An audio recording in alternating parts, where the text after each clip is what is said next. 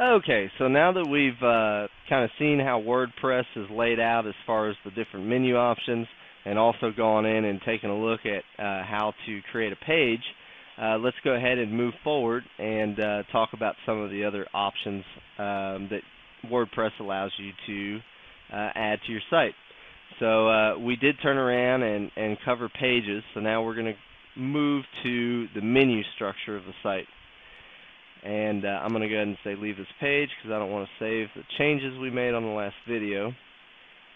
Okay, so in the menu area, this is actually how the menu is structured on the website. So if you go to the site and actually see the menu, you'll see, like for instance on equipment, you have equipment's the top menu option, then you have single cup, bowl, brewers, etc. And then you have another subsection under there where you can have additional links. So going back to the menu, you'll see here under equipment, we have that lined out. Equipment, single cup, grindmaster, Nuco, and then bowl brewers, Bloomfield brewers, etc. So basically all these things are actually draggable. You can move them around, and you can also turn around and drag them forward. So for instance, if you wanted to take it out of this third tier, you could go ahead and move it up one. It would actually show up in the second tier. So that's pretty much how the menu works. You can drag these things around and change their location. In addition to that, sometimes your actual pages will be named something a bit longer, but you'll want to actually go in and change the name of the menu option so that it fits the menu structure. You can click on this little down arrow that says page, and this will actually go in and allow you to change some of the settings. So as an example, for coffee service, the page says here Office Coffee Service. That's the name of the actual page that this link goes to. But to keep it short and sweet, we've gone ahead and modified the navigational label to just be Coffee Service, and that way it keeps it smaller. Also, you'll notice while you're in here, it does list the page that the link links to, and you can also click the remove button if you want to delete that page out of the menu. And then finally, if you do go in and add new pages, or in this case, since this site also has WP e-commerce installed, you can also add product links directly to a product. You can go in and check the pages that you want to add to the menu. You can click the add to menu button, and it will actually turn around and drop those two options right down here. So now that you've added those, you can actually drag them around and put them under, Contact Us or one of the other pages that are out there. And then if you accidentally make a mistake, like I said, you can open up on the page and hit remove and delete it. So that's pretty much how that works. Okay, so after you've gone in and made any modifications to the menu system, you will always want to go ahead and click Save Menu so that those changes will be saved. As soon as you save it, these changes do go live on the website.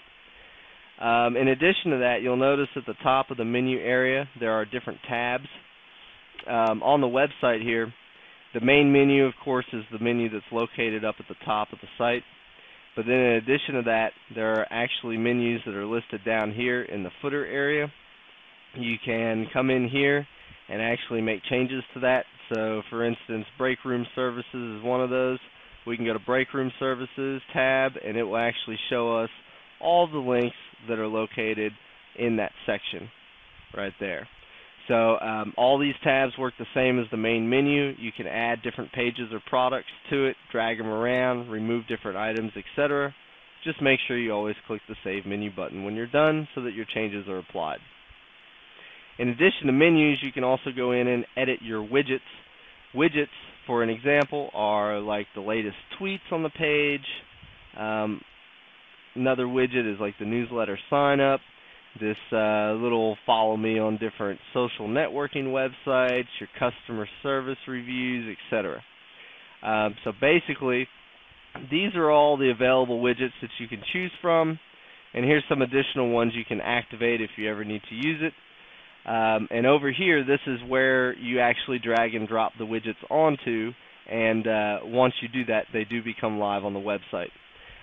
So like as an example, on the main sidebar, which is that sidebar on the right of the site, you'll see here, this is the customer reviews section, and here's the short code that actually calls up that plugin. In addition to that, here's the text box, which is actually the newsletter sign-up form, which calls a Gravity form shortcut there. And then in addition to that, you can go into the different footer widget areas.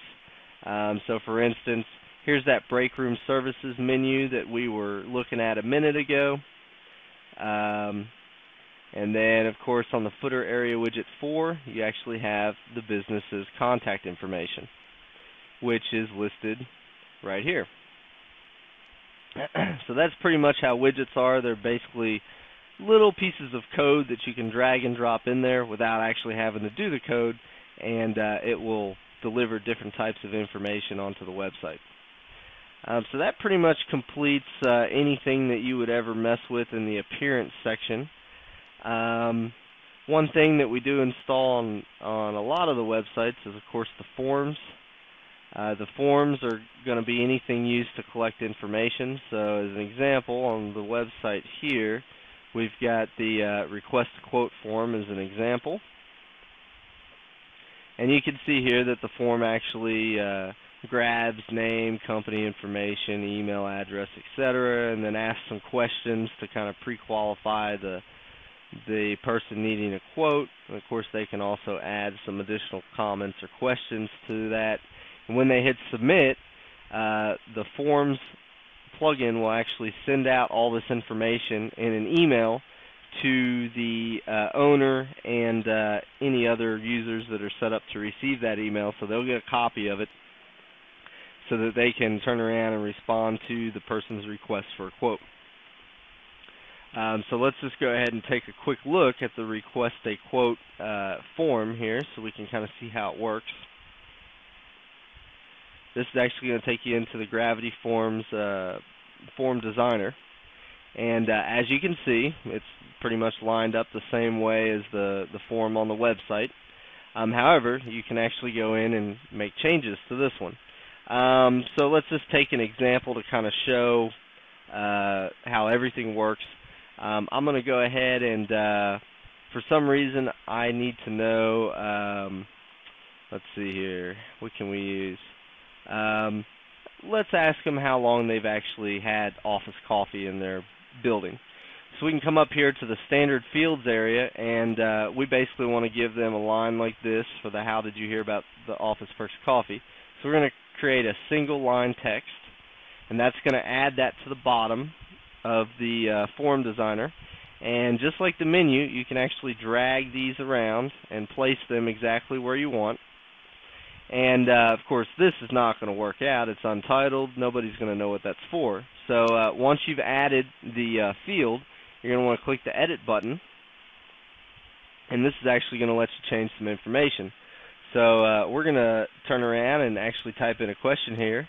How long have you had office coffee service?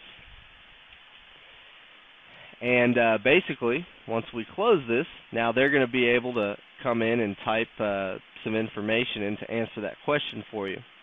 In addition to a single line field, you can also do some other kinds of field inputs.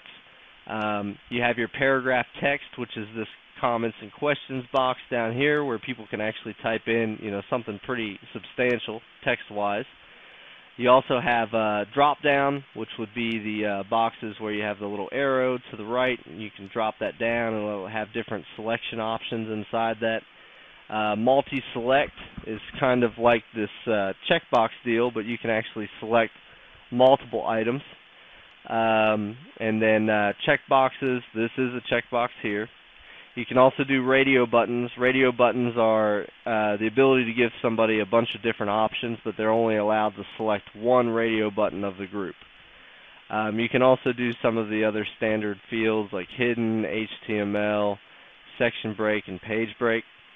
In addition to that, On the advanced field section, Gravity Forms has gone in and created some basic fields that you're probably going to want to add to every form that you create, such as name, phone number, address, website, email, etc. So those are just real quick, so you don't have to go in and actually edit the form field. And then if you are using e-commerce, it also gives you the ability to fill in some pricing fields. When you're finished, you're going to want to make sure you click the Update Form button over here, and that will actually update the form. Now, we don't actually want to leave this here, so one thing I'm going to point out, you can highlight any of these field options and click Delete, and it will actually get rid of that for you. And now that's deleted, so that's gone out of there.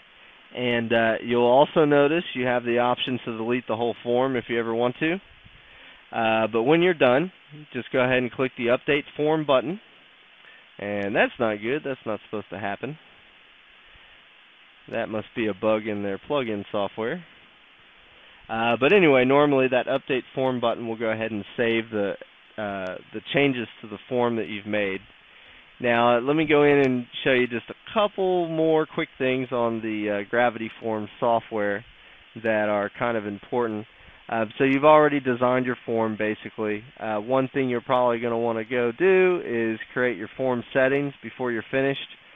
This actually gives you some options such as the title of the whole form, a description of what the user is supposed to do with the form, and you can also tell where you want your labels placed, description, etc. You can go into Advanced and actually change the name of the Submit button if you want to. And there are some other options there. And then on the Confirmation tab, you can actually select, you can insert some text, or you can send them to a page after they've submitted the form. In addition to that, we have the Notifications tab up here. And this actually deals with who's going to get the response from the user that filled out the form. So here we have Enable Email Notifications to Administrators checked, and we have an email address that this email is going to be shot off to. And then in addition to that, we're going to go ahead and say new submission form submitted from whatever the form name is, so we know where it came from. And we've got all fields put in here, which is basically going to dump everything that they filled in. You can also go in and specifically add the different forms that you have set up if you wanted to. So that's pretty much how that works. Obviously, if you make any changes to any of these pages, you always want to click the Save button at the bottom of the page. And that is pretty much everything for the forms area. We will go ahead and continue this video on the next, or continue this with another video followed up, because I am almost out of time with YouTube's 15-minute limit. Talk to you then.